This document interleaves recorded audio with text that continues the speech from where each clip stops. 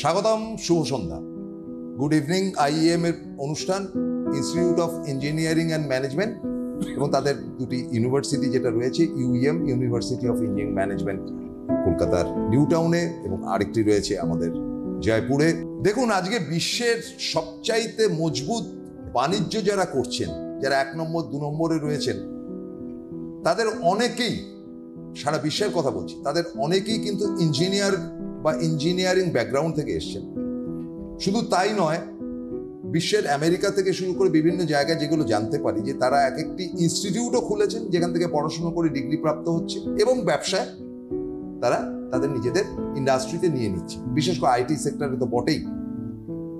আমি একটি এপিসোডে বলেছিলাম যে আইটি সেক্টরে কিন্তু পশ্চিমবঙ্গ এখন ফাঁকা জমি প্রচুর রয়েছে, যেটা নিয়ে কন্ট্রোভার্সি যে একর ওয়াইজ একর জমি দেওয়া যাবে কি যাবে না, সেটার জায়গা থেকে হচ্ছে নিউ টাউনে কিন্তু একর আপ টু একর জমিতে এখন বিদেশি থেকে শুরু করে একেবারে কেন্দ্রীয় সরকারের ইচ্ছা যে এখানে কিছু হোক, কারণ এতটা স্পেস রয়েছে, এনাফ ফর সিলিকন ভ্যালি।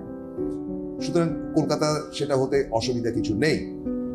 এখন এই বাণিজ্যের ক্ষেত্র থেকে আমাদের যখন আমরা পড়াশুনো করে পাস টাস করে বেরোই, তখন জানতে পেরেছিলাম যে এই টেলকো, টিসকো ইত্যাদি, মানে টাটানগরে বা জামশেদপুরে ওদের নিজেদের ইনস্টিটিউট আছে, ওখান থেকে পাস করাচ্ছে, নিয়ে ফ্যাক্টরিতে ঢুকিয়ে দিচ্ছে, তারাই প্রোডাক্ট তৈরি করছে, সেই প্রোডাক্ট বাইরে গিয়ে বিক্রি হচ্ছে। এক্সেলেন্ট।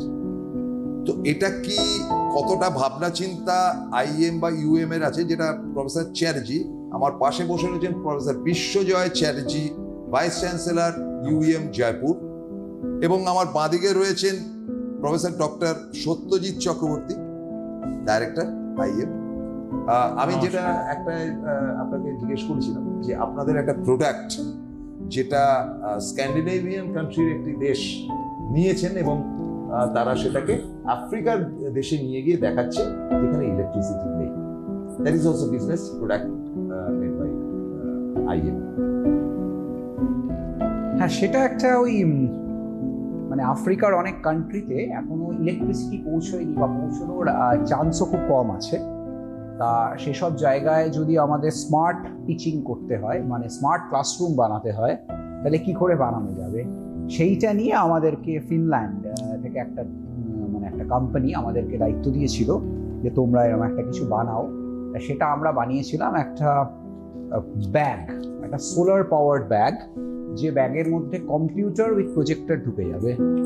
সেই ব্যাগটা যদি মানে একজন টিচার এক স্কুল থেকে আরেক স্কুলে ট্রাভেল করে যখন নিয়ে যাবে, তখন সেই ব্যাগটা সোলার থেকে মানে চার্জড হয়ে যাবে এবং সেই চার্জ দিয়েই কম্পিউটার এবং প্রজেক্টর স্কুলে গিয়ে টিচার চালাতে পারবে উইদাউট প্লাগিং ইন, মানে প্লে উইদাউট প্লাগিং লাগবে না, জাস্ট উইদাউট ইলেকট্রিসিটি ওই চার্জেই কম্পিউটার এবং প্রজেক্টরটা চলবে।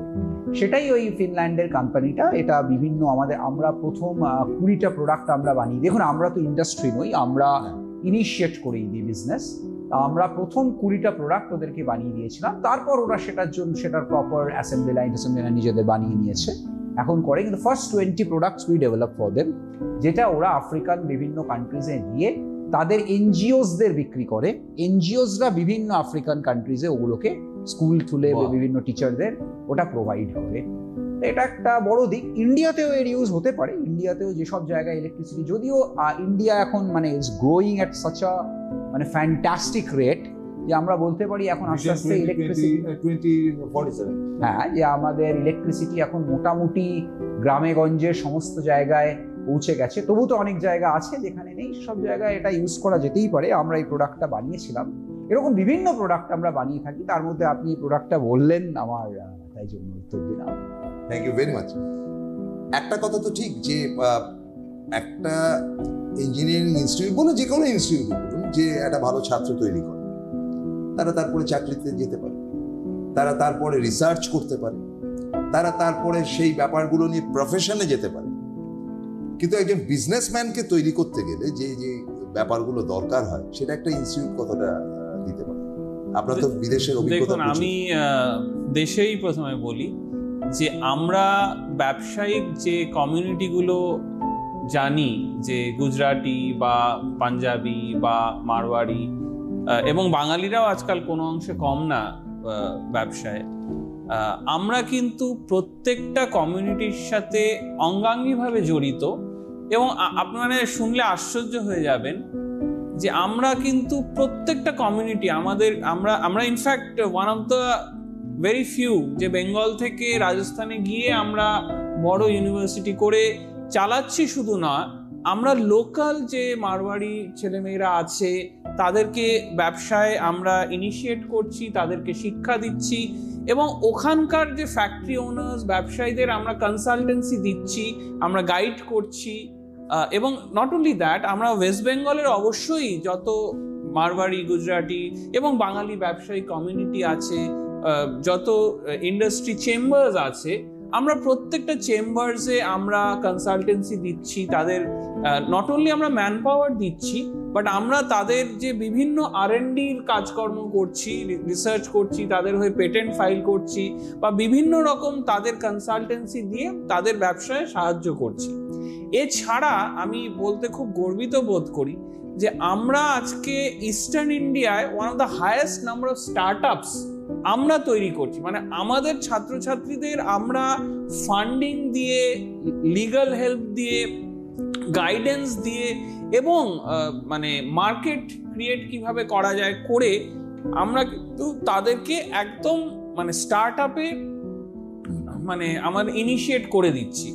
এবং সবচেয়ে ভাল লেগেছিল আগের বছর BGBS Bengal global business summit, একটা ওয়েস্ট বেঙ্গল গভর্নমেন্টের ফ্ল্যাগশিপ অনুষ্ঠান হয় যেখানে ওয়েস্ট বেঙ্গল সেলিব্রেট করে যত ব্যবসায় উন্নতি হচ্ছে আমাদের স্টেটে। সেখানে আমাকে তো প্রত্যেক বছর গভর্নমেন্ট থেকে ডাকে।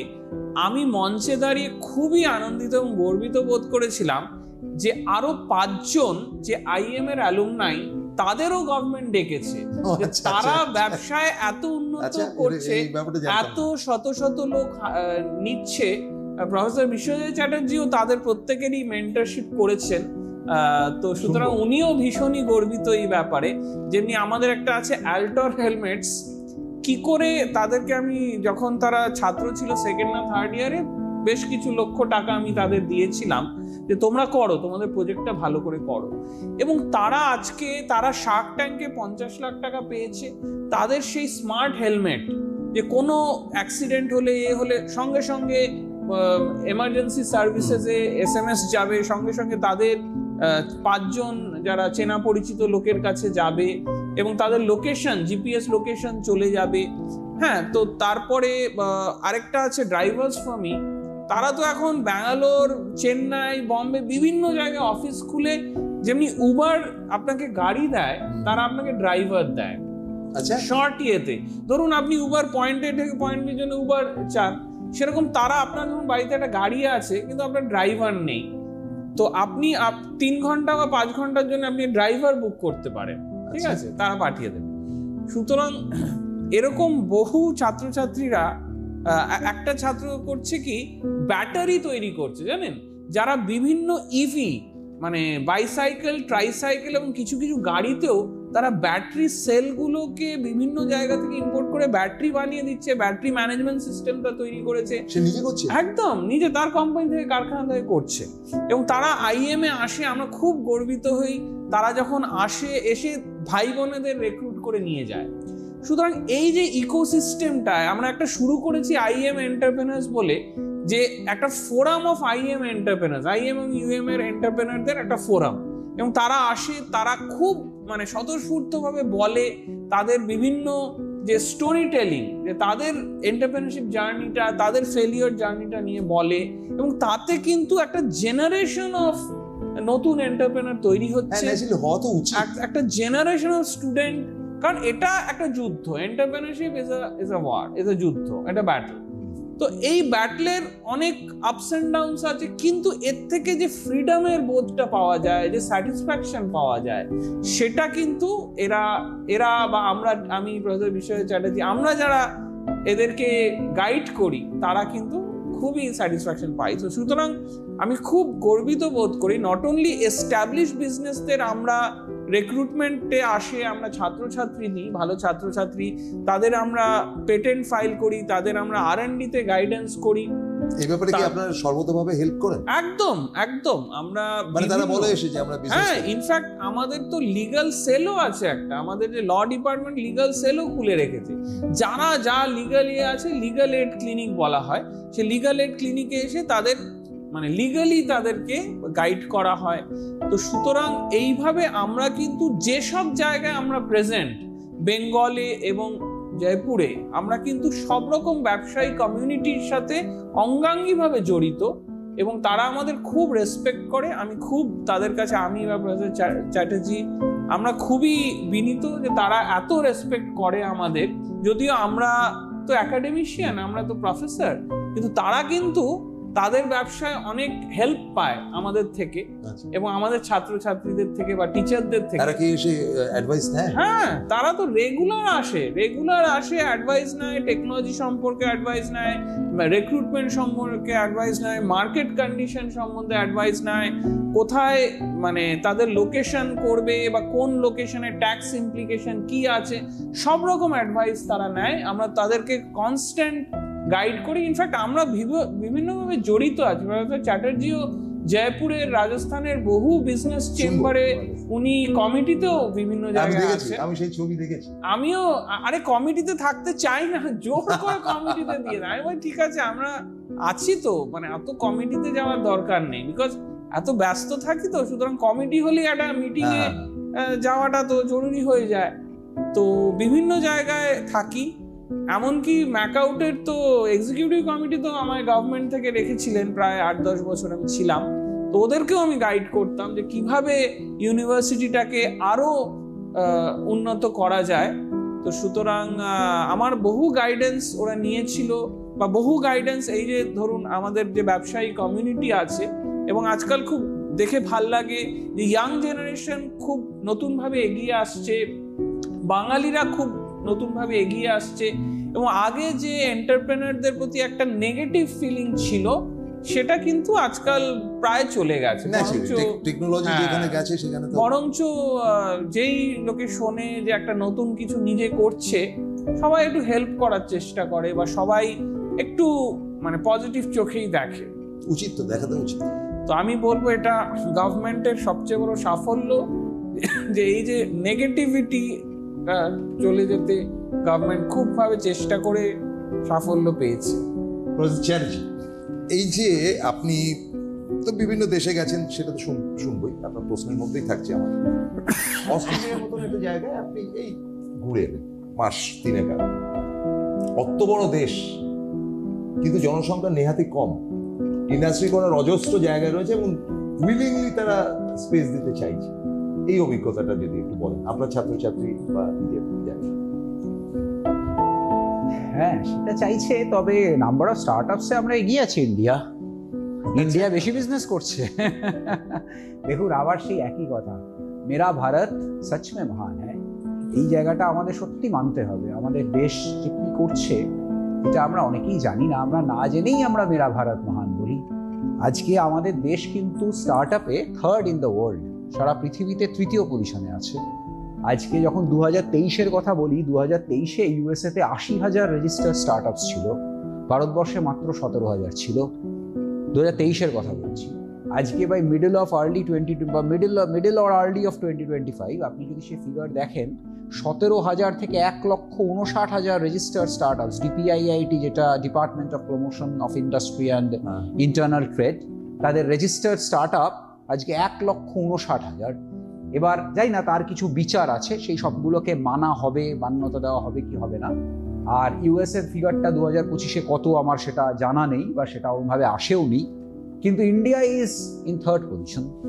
এবং হ্যাঁ, আমাদের তো দেখুন জায়গা, আমাদেরও কিন্তু সমস্ত গভর্নমেন্ট, পুরো মানে সেন্ট্রাল গভর্নমেন্ট থেকে শুরু করে স্টেট, বিভিন্ন জায়গায় যে স্টেট গভর্নমেন্ট, তারা এখন একদম এগিয়ে এসছে জায়গা দেওয়া। এবং এই যে প্রফেসর চক্রবর্তী বললেন, এটা গভর্নমেন্টের একটা বিরাট সাফল্য যে মানুষের মধ্যে থেকে নেগেটিভিটিটা গুছিয়ে দিতে পেরেছে। দেখুন, আগের দিনে কি ছিল যে কেউ বিজনেস করছে মানে আমরা ভাবতাম বিজনেস করছে সে নিজের টাকার জন্য, টাকার রোজগার করার জন্য। অদ্ভুত এক ধারণা, যে বিজনেস করছে সে বিজনেসম্যান তো তার মানে রক্ত জল করে করছে, সে তার যত তার পুঁজি ছিল সব পুঁজি লাগিয়ে দিয়েছে, সব থেকে বেশি রিস্ক নিচ্ছে, সে বিরাট রিস্ক নিচ্ছে, তার সমস্ত পুঁজি সে লাগিয়ে দিয়েছে। সে দিন রাত, তার কোনো দিন নেই, তার কোনো রাত নেই, তার কোনো ছুটি নেই, সে দিন রাত পরিশ্রম করে চলেছে।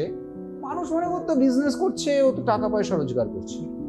এই যে ধারণাটা যে ভুল, আমার মনে হয় এটাও গভর্নমেন্ট একটা বিরাট সাফল্য যে গভর্নমেন্ট কিন্তু এই ধারণাটা মানুষের মধ্যে থেকে অনেকটা হলেও, সম্পূর্ণ না হলেও অনেকটা কিন্তু এই ধারণাটা ঘুচিয়ে দিতে পেরেছে। আজকের দিনে মানুষ এটাকে সাপোর্ট করে যে হ্যাঁ, তুমি বিজনেস করছো বা তুমি এন্টারপ্রেনিউর মানে তুমি সত্যি খাটছো এবং তুমি কর্মসংস্থান করছো, অন্য লোকের জন্য তুমি কর্মসংস্থান করছো। এটা একটা বিরাট দিক এবং আমাদের ভারতবর্ষে অনেকে এগিয়ে আসতে পারে, এই জিনিস করতে পারে। দেখুন, আবার সেই বিদেশে যাওয়া, বিদেশে গিয়ে চাকরি করা বা ওই, আমি তার এগেনস্টে নই, কিন্তু আমি আপনাকে একটা কথা একটু বলবো যে ধরুন ফর এক্সাম্পল আপনি একজন লোককে শুনলেন, দুই ভাই আছে, এক ভাইকে শুনলেন, সেই ভাই ব্যাচেলর করে বিটেক ডিগ্রি করে বা কিছু একটা করে বিদেশে গিয়ে দারুণ চাকরি করছে, একদম অসাধারণ চাকরি করছে, অনেক টাকা রোজগার করছে, দেশে আজ অব্দি কোনোদিন কোনো টাকা পাঠায়নি, সে বিরাট চাকরি করছে, তাকে নিয়ে মানে আমরা বিরাট গর্ব করছি যে আমার কলেজের, যে কলেজের থেকে সে পাশ করেছে সেই কলেজের স্টুডেন্ট, তার ছবি টবি লাগিয়ে বিরাট করে দিচ্ছে। এটা এক ভাই। আরেক ভাই আছে, সে একটা ছোটখাটো কোনো ব্যবসা করছে আমাদের দেশে, করে তার ব্যবসা মোটামুটি আস্তে আস্তে বড় হচ্ছে, সে 10 জনকে চাকরি দিয়েছে। দেখুন, আপনি তার বাবা মা হিসেবে, সেই দুই ভাইয়ের বাবা মা হিসেবে আপনি হয়তো খুব গর্বিত হবেন বড় ভাইয়ের জন্য যে বড় ভাই সে গিয়ে বিরাট চাকরি করছে বিদেশে, কিন্তু দেশ কিন্তু গর্বিত হবে সেই ছোট ভাইকে নিয়ে যে একটা বিজনেস করছে, করে 10টা লোকের কর্মসংস্থান করেছে। এটা একটা বিরাট দিক এবং এগুলোই তো স্টার্ট আপ। দেখুন, আমরা ছোট ছোট স্টার্ট আপের কথা বলি, স্টার্ট আপে ইন্ডিয়া লিডিং 3rd পজিশনে চলে গেছে, এটা নিয়ে আমরা গর্ব করি, এগুলোও তো স্টার্ট আপ, এটাও তো একটা বিরাট ব্যাপার, তাই না? তা এদিকগুলো আছে। IMUM গ্রুপে আমরা ভীষণভাবে স্টার্ট আপকে প্রমোট করি, আমরা যেটা করি সেগুলো কি ওদেরকে শেখান? আমাদের আমরা ফার্স্ট ইয়ার থেকে আমাদের একটা সাবজেক্ট আছে যেটার নাম হচ্ছে এন্টারপ্রেনিউরশিপ, মানে এন্টারপ্রেনিউরশিপই পেপারটার নাম। এবং আমাদের ইউনিভার্সিটি এমন একটা ইউনিভার্সিটি যেখানে আপনি দেখবেন, হয়তো একমাত্র ইউনিভার্সিটি যেখানে আপনি দেখবেন প্রত্যেকটা সেমিস্টারই এন্টারপ্রেনিউরশিপ পেপারটা আছে। তোমাকে এই পেপারটা পড়তেই হবে, 8টা সেমিস্টার যদি তোমার থেকে 8টা সেমিস্টারই পড়তে হবে। এবং আবার আমাদের ইউনিভার্সিটি বোধহয় আবার একমাত্র ইউনিভার্সিটি যেখানে ওই 8 নম্বর পেপারটা যখন তুমি পড়ছো লাস্ট সেমিস্টারে গিয়ে, যদি তোমার 8টা সেমিস্টারের কোর্স হয়, তাহলে লাস্ট সেমিস্টারে 8 নম্বর পেপারটার ওই হচ্ছে রুল, হচ্ছে পরীক্ষাটা হচ্ছে যে তোমাকে তোমার স্টার্ট আপ তৈরি করতে হবে। প্রত্যেকটা স্টুডেন্ট, আমাদের এখান থেকে যতজন স্টুডেন্ট পাস আউট করবে, প্রত্যেকটা স্টুডেন্ট কিন্তু তার নিজের কোম্পানি রেজিস্টার করবে, প্রত্যেকের তার নিজের কোম্পানি থাকবে। এবার বললেন যে না, তার কোম্পানি করার ইচ্ছা নেই, সে কোনো জায়গায় ভালো জায়গায় চাকরি করতে চায়, সেটা তুমি করো, তোমার কোম্পানিকে তুমি ডিসপোজ করে দিয়ে বেরিয়ে যাও, সেটা কোনো বড় ব্যাপার না, but you have to do it. যাতে তুমি জানলে ভবিষ্যতে তোমার যদি করার ইচ্ছা হয়, তুমি জানো, পদ্ধতিটা তোমার জানা আছে। ফলে এইটা আমরা শেখাই এবং যারা যারা স্টার্ট আপ করতে চায় তাদের সবাইকে আমরা ফান্ডিং করে দিই। আমাদের নিজস্ব একটা কোম্পানি আছে, তার থ্রুতে আমরা ফান্ডিং করি, সেখানে তাকে আমরা ফান্ড দিই, সেই ফান্ড নিয়ে তারা তাদের কোম্পানি বানায়। অনেককে আমরা বিরাট ব্যাপার, আমরা বিরাটভাবে এটা করি এবং বেসিক কস্টটা তো আমরা সবাইকে দিই, যারাই করতে চায় তার রেজিস্ট্রেশনের, কোম্পানি রেজিস্ট্রেশনের যে কস্ট, সেটা তো আমরা সবাইকে দিয়ে দিই। কিন্তু হ্যাঁ, তাকে আরো ভেঞ্চার ক্যাপিটালিজম করবো কিনা সেটা আমরা শুনি, তাদের প্রেজেন্টেশন দেখি, তাদের আইডিয়াটা যদি আমাদের মানে ম্যাচ করে, আমাদের ভালো লাগে, আমরা তাদের ফান্ড দিই, তাদের এনকারেজ করি যে তোমরা অন্যান্য ভেঞ্চার ক্যাপিটালিস্টদের সাথে আমরা আলাপ করিয়ে দিই, মার্কেট ডিমান্ড, তারা সেগুলো করে। হ্যাঁ, এগুলোর উপর বেস করে আমরা করি। তবে some and substances India is leading, India is doing great in it. তবে হ্যাঁ, ব্যাঙ্গালোর, কর্ণাটকায় 60,000 রেজিস্টার্ড স্টার্ট আপ, DPIIT। বেঙ্গলে বা আমরা যেখানে বাস করছি, বেঙ্গল বা রাজস্থানে, সেখানে কিন্তু 5,000। দুটো স্টেটেই 5,000 কম্পেয়ার টু 60,000 অফ কর্ণাটকা। একটা কালচারেরও ব্যাপার আছে। আপনি 60,000 মধ্যে অনেক দেখবেন বাঙালি, এই যে কর্ণাটকায় রেজিস্টার্ড স্টার্ট আপ, আপনি দেখবেন অনেক বাঙালি গিয়ে ওখানে হাজারে বাঙালিরা স্টার্ট আপ করছে। এই যে 60,000টা, এই 60,000-এর মধ্যে একটা বিরাট ফিগার আবার চলে আসছে, আপনার কথাই তো চলে আসছে যে ব্যাঙ্গালোরে কেন, ওয়াই নট ইন বেঙ্গল? সেই জন্যই আমার বক্তব্য হচ্ছে ভেরি সিম্পল, যে তুমি যে জায়গায় বাস করো সেই জায়গাটাকে দেখো। এটা যেমন হতে পারে না, আবার সেই একই কথা, আমি কিন্তু বিদেশে যাওয়ার এগেনস্টে না। তুমি যদি বিদেশে যাও, বিদেশে গিয়ে তুমি তোমার দেশকে সাপোর্ট করো, তুমি যদি তোমার ভবিষ্যতে তোমার দেশে একটা ইন্ডাস্ট্রি ওখান থেকে করো। আমি এমন অনেক লোককে চিনি অস্ট্রেলিয়াতে থাকছে কিন্তু ইন্ডিয়ায় ইন্ডাস্ট্রি চালাচ্ছে। তুমি তোমার দেশকে কন্ট্রিবিউট করো, ওখানে কর্মসংস্থান করো, তাহলে খুব ভালো কথা। কিন্তু হ্যাঁ, তুমি বিদেশে গিয়ে দেশকে ভুলে যেও না। একইভাবে তুমি বাঙালি হয়ে যদি তুমি মনে করো তুমি ব্যবসা করবে, বাংলাতেও প্রচুর অপরচুনিটি আছে, রাজস্থানেও প্রচুর অপরচুনিটি আছে। রাজস্থানে দারুণ করছে, কিন্তু বেঙ্গল কিন্তু পিছিয়ে নেই। বেঙ্গলে আজকে আপনি রাজস্থানে বোধহয় 2000, আমার না এই ফিগারগুলো এক্স্যাক্টলি মনে থাকে না, কিন্তু আমি একটু শুনি, মোটামুটি রাজস্থানে যদি 4900 রেজিস্টার্ড স্টার্ট আপ হয়, আমি 4900 অ্যারাউন্ড উইদিন 5000, বেঙ্গলেও কিন্তু 4500, অলমোস্ট কাছাকাছি, মানে হিউজ কোনো ডিফারেন্স নেই। এবং তার মধ্যে 500টা IIM গ্রুপ থেকে রেজিস্টার্ড হয়েছে। আপনি যখন বলছেন কথাটা, এবং ভবিষ্যতে বেঙ্গল এগিয়ে যেতে পারে, এগিয়ে যেতে পারে। এখন রাজস্থানে তো দেখুন মারোয়াড়িরা অনেক সময় কিন্তু জানেন তো, মারোয়াড়িতে আবার ব্যাপার আছে, একটা বিজনেস ছোটখাটো করলো, অত রেজিস্ট্রেশন করে নেবো, ওই করবো, এগুলোর মধ্যে তারা যায় না। কিন্তু বেঙ্গলিজরা তো ভীষণ ল অ্যাবাইডিং, মানে সব লেখা নিয়মে চলা পছন্দ করে। ফলে আমরা কিন্তু খুব শিগগিরই এই ফিগারটাকে টেক্কা দিয়ে বেরিয়ে যাবো। Bengalis are doing great. আমার একটাই বক্তব্য, এটা হচ্ছে দেখুন, বেঙ্গলে যদি আপনি করতে চান, আপনার নিজের দেশে নিজের রাজ্যেও করার সুযোগ আছে। আপনি 100 বার সেই আপনার রাজ্যে আপনার দেশে করুন, করে আপনার দেশকে উন্নতির দিকে এগিয়ে নিয়ে যান। 2047-এ আমাদের বিকশিত ভারত হতেই হবে, উই মাস্ট বি আ বিকশিত ভারত। এবং তার জন্য যা যা করণীয় সব করতে হবে। বিজনেসে এগিয়ে আসতে হবে, পেটেন্টে এগিয়ে আসতে হবে, স্টার্ট আপে এগিয়ে আসতে হবে, basic education providing, normal education, school level education providing, তাতে এগিয়ে আসতে হবে। সব জায়গায় আমাদের এগিয়ে আসতে হবে এবং একত্রভাবে সবাই মিলে এই কাজটা আমরা করতে পারি। আমরা আমাদের দেশকে নিশ্চয়ই ডেভেলপ মিশনে নিয়ে যেতে পারি। একটা কথা, যে আমাদের আইটি মিনিস্টার স্টেট রাজ্যের বাবুল সুপ্রিয়, এই সম্প্রতি কয়েকদিন আগে আমি দেখছিলাম তার একটা ইন্টারভিউ, খুব শিক্ষিতর মতন কথাটা বলেছেন যে দেখুন, আমার প্রফেশন কি ভুলে যান, মানে আমি কি করেছি, কিন্তু এখন আমি খুব সিরিয়াসলি এই ব্যাপারগুলো দেখছি। এবং আপনারা নেগেটিভ যে ব্যাপারটা, কোনো একটা হয়তো নেগেটিভ কোয়েশ্চেন করেছেন, যে আপনারা বিশ্বাস করবার চেষ্টা করুন যে আমাদের এখানে অফুরন্ত জমি রয়েছে, যতটুকু জমির মধ্যে একটা আইটি সেক্টর তৈরি করা যেত।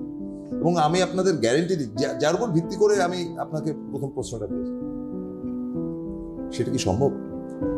অবশ্যই অবশ্যই।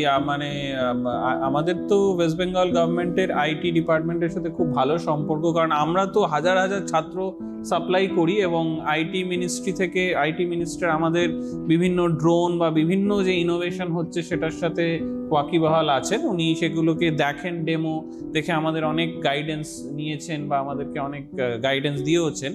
তো ওনার কথাটা অবশ্যই ঠিক যে এই মুহূর্তে জমিটা প্রবলেম নয়। জমি আমাদের যা দেওয়া হয়েছে, সিলিকন ভ্যালি যে প্রজেক্টটা আমাদের চিফ মিনিস্টারের একদম ফ্ল্যাগশিপ প্রজেক্ট, সেটাতে যে জমি দিয়ে, ইনফ্যাক্ট আমরাও একটা জমি আমাদেরও দিয়েছে, আমরাও সেখানে করছি।